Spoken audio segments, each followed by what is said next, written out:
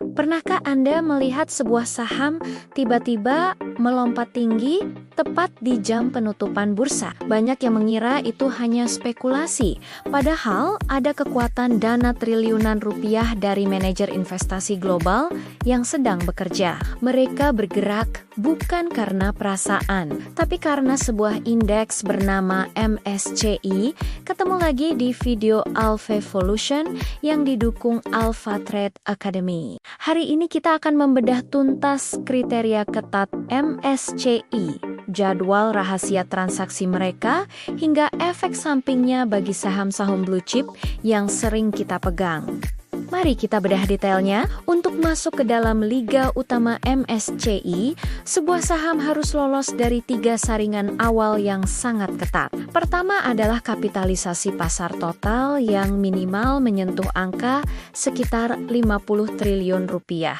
Kedua, nilai saham yang beredar di publik atau free float minimal harus berada di kisaran 25 triliun rupiah. Namun, syarat paling krusial yang sering dilupakan adalah ATVR atau Annualized Trading Value Ratio minimal 15%. Ini adalah ukuran seberapa liquid saham tersebut ditransaksikan setiap harinya. Jika sebuah saham memiliki valuasi raksasa tapi tidak liquid, maka pintu MSCI akan tertutup rapat. Lolos 3 syarat ini pun baru langkah awal karena MSCI masih akan melakukan pemeringkatan ulang secara kuantitatif. Ada fakta menarik yang jarang disadari retail. Bobot Indonesia dalam indeks MSCI Emerging Market itu terbatas, hanya sekitar 1,2%.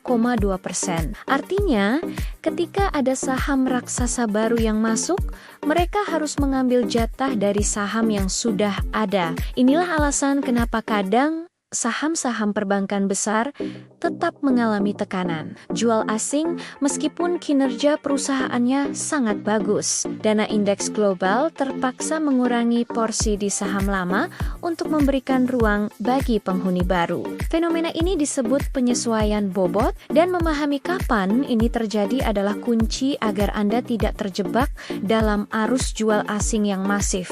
Kapan sebenarnya dana raksasa ini melakukan transaksi? Mereka biasanya mengeksekusi pesanan besar tepat 1 hari sebelum tanggal efektif rebalancing. Fokus utama mereka adalah meminimalisir selisih antara harga pasar dan indeks, sehingga transaksi paling masif sering terjadi di sesi pre-closing atau FC.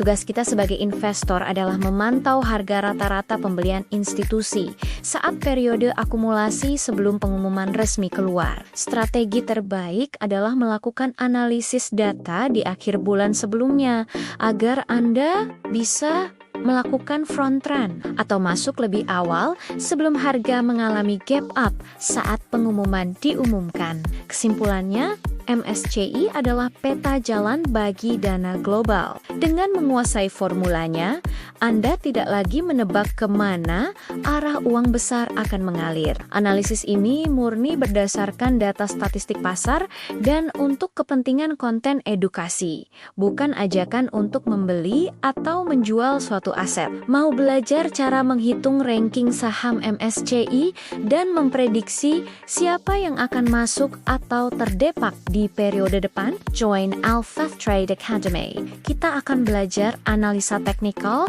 dan money flow lebih mendalam. Linknya ada di bio ya. Yuk cek bio sekarang juga. Tetap semangat, karena semua yang besar berawal dari yang kecil. Sampai jumpa di video selanjutnya guys.